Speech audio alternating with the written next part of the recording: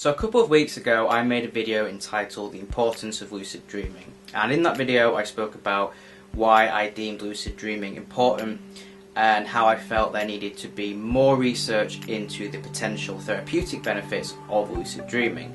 I've spoken many times before about how I've used lucid dreaming to help me with various mental health related issues, particularly around voice hearing, and how I've used my lucid dreams to try and get answers as to why I hear voices or what they represent. And I've taken those answers and I have used them to help me cope better in waking life. And on that video I got a comment from Audio Game Edits basically asking, how do you know if the information or the answers that you are receiving in the dream are genuine and not just a story that your mind has made up? And I thought this was a really important question, and I'm really glad that they asked. So as a lot of us know, when we are having a lucid dream, we are much closer to our subconscious mind, and we can use this time to ask ourselves questions and receive genuine answers. However, there's always a chance that you have consciously constructed and moulded the narrative of the dream without realising. So for example, maybe you dream a lot about the colour blue. Maybe there are always blue objects in the dream, or maybe the overall look of the dream has a sort of blue tint to it. And maybe you want to understand why your dreams are always blue. Perhaps you spend a bit of time during the day thinking about it, maybe you speak to people about it, and you come to the decision that the colour blue has a lot of connotations with depression and sadness. So later on you're dreaming and you become lucid and you ask the dream, maybe you ask a dream character, maybe you just shout out the question, why are my dreams always in blue? And you receive the answer, well, it's because you're sad. So early on in the day you already thought about that answer, and the dream basically concluded what you had already thought. So that answer might not be the truest reflection. That answer might have come about because you had already thought about it and you had already put that idea in your head that that's what the dream meant.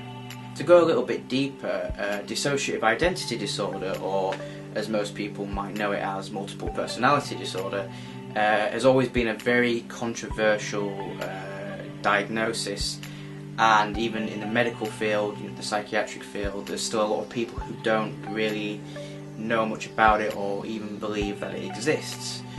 And there was a theory that people who were experiencing these things, people who were diagnosed as having DID, were actually just highly suggestible people, so that when they were in therapy, their therapist had planted the idea in their mind that this is what they were experiencing, that there were other personalities involved. And so with being highly suggestible, these people believed that that was indeed what they were experiencing. Now obviously I'm not saying this is true of DID, but I'm just saying that this was something that was theorised before people really started to look into it more and realise it was a genuine diagnosis.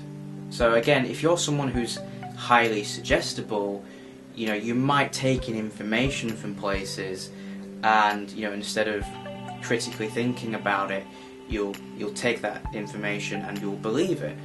And if you believe it, it's likely that when you're dreaming and you're asking questions, that the narrative will be dictated by your beliefs, your pre-existing ideas around the thing that you're asking questions about, if you understand what I mean.